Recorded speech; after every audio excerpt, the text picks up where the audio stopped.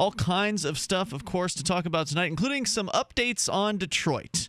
It's just been fascinating, of course, to watch as Detroit has been this example of the city that has been a major failure in so many different ways. Probably one of the most obvious examples of government failure, overreach, continued failure, more overreach, and just continuing to spiral down the drain. And it's just been amazing to watch it. I feel terrible for the people that live there or that still live there, because there have been hundreds of thousands of individuals who have moved out over the last few decades in Detroit.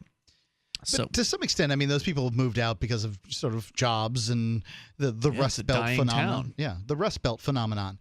Now, I do agree with you that Detroit could have turned this around by being, less, having fewer taxes and being less onerous and those kind of things. It's just that cities don't really understand that. Well, Detroit does have a plan to turn this around, and I'll reveal that plan for you here in a little bit. But first, let's talk about some of the other news out of Detroit about how just absolutely dismal of a shape the city is in. And to some extent, this is good news, actually, for the people that remain in Detroit.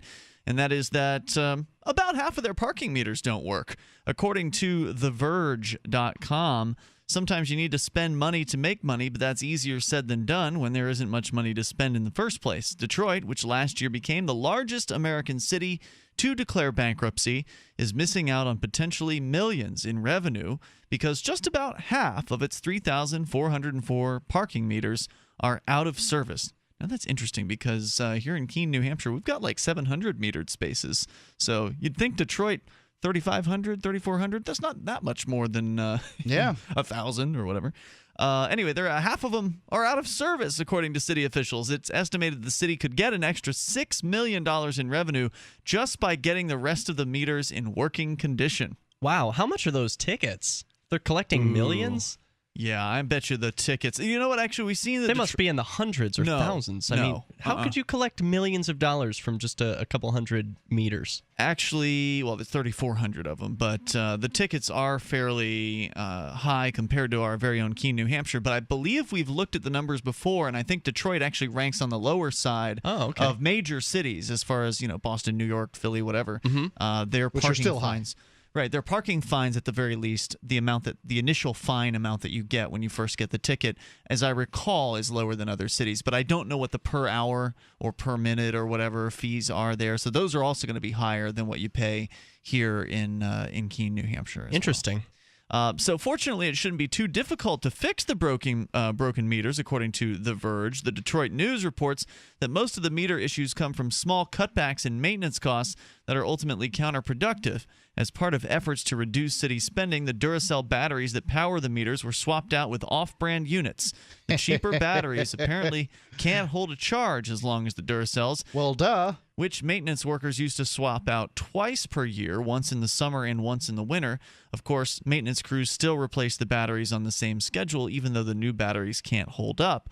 So meters stop working and the city stops getting paid. To make matters worse, the old locks used to secure the batteries easily seize up from water or grime, leaving even more meters out of service. And according to the Detroit News, the city delayed upgrading the locks to new brass cylinders as its budget tightened, and now it's paying the price.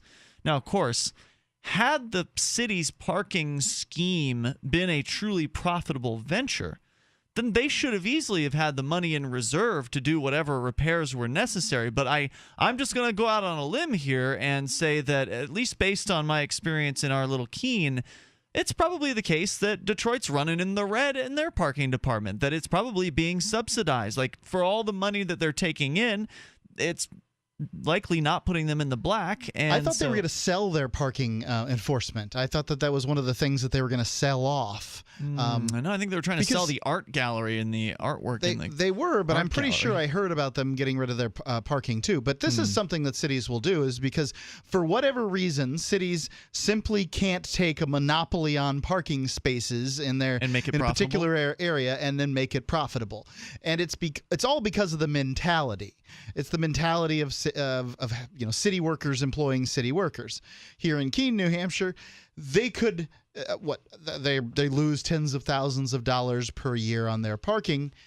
they could fire one of, or reassign one of the meter maids to some other job, and then immediately they'd be in the black. Mm-hmm. Really, I mean, it's not one about... of them's already quit in Keene. Yeah, one of them, but that was the meter butler. Yeah. So they still have two, but if they had one, then you would still have the threat of getting a parking ticket when you went over time, and that person would generate as many, if not more, tickets than they generated in the past, and everything would be fine. But they can't think like a business. Well, it seems to me there's no incentive for them to do that because they can just always take the money that they need. There's some incentive, but it doesn't seem to make a difference because they'll just, like you said, they'll take the money they need, and so therefore they can just do whatever they want. Okay, so here's a little bit more information about this from Detroit News. The Verge was kind of summarizing what the Detroit News was reporting on this. $45 are actually now what the parking tickets are, and apparently they've gone up within the last year or two. Tickets for parking at an expired meter were recently boosted by 50% from the long-standing $30 level, which the Detroit News calls a sensible move since the cost of issuing and processing a $30 ticket had reached $32. And that was actually the last time we talked about this, was when the news about the Detroit Parking Department was they're spending more, $2 more per ticket than they actually bring in revenue from the written ticket. Wouldn't they just be better off at this point to get rid of the entire parking department? They don't think that way. And the government, departments, that they are perpetual. I mean, they just keep existing. It's about ego. It's not about money. They would have to employees. Admit that they're useless. Yeah, but they're not going to even get pensions. I mean, at this point, why wouldn't they? Well, their employees were getting shafted on pensions last time we talked. The parking employees were? Okay. Some employees. Oh, you mean the city employees? Yeah, there's the possibility, the looming possibility of that. I don't know what's going on. I know there was a lawsuit involved with that one, Mark, and they may end up forcing the state to pay out for that. I don't know where that one sits. I'd be interested in hearing if there's been an update on that. But yeah, it's a possibility that if you're a city worker in Detroit, that the whole pension thing may not be a guarantee for you.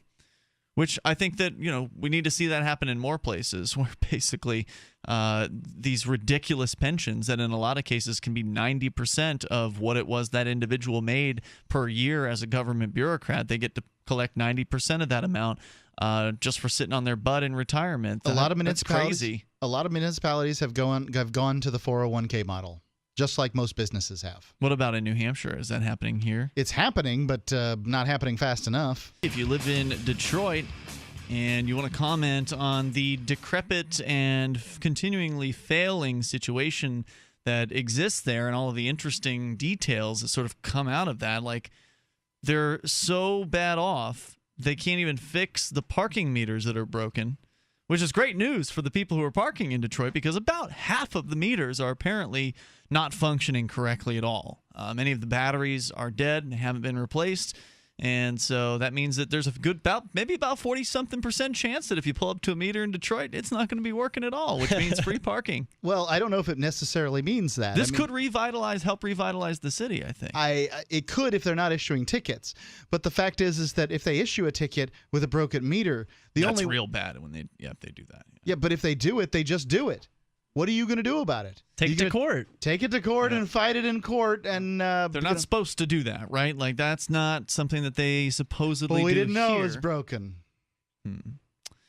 Well, they're supposed to look at it and determine whether or not it was broken. But yes, it's certainly not unheard of for police to lie in court. And Mark, what you're suggesting would be that the meter maid would tell a lie because in order for the I'm not even suggesting that. In order for the maid to write the ticket, they have to observe the device. And I mean, in theory, at least, they have to see that the device has expired, and they would have to testify to that in court. It's their job to generate revenue. Like specifically, that's what their job is to generate revenue. So I wouldn't be surprised if they're trying to generate some revenue. Yeah, but Mark, it's not as like he said, she said, as it used to be. People all walk around with video cameras. They can take their own evidence and show that the parking meter was in fact expired when they had the ticket on their dash. Or it says fail a lot of times if the thing is broken or whatever. In some cases, it won't say anything if the battery's completely dead. Free Talk Live, 7 nights a week from 7 to 10 Eastern, live on the Liberty Radio Network at LRN.FM.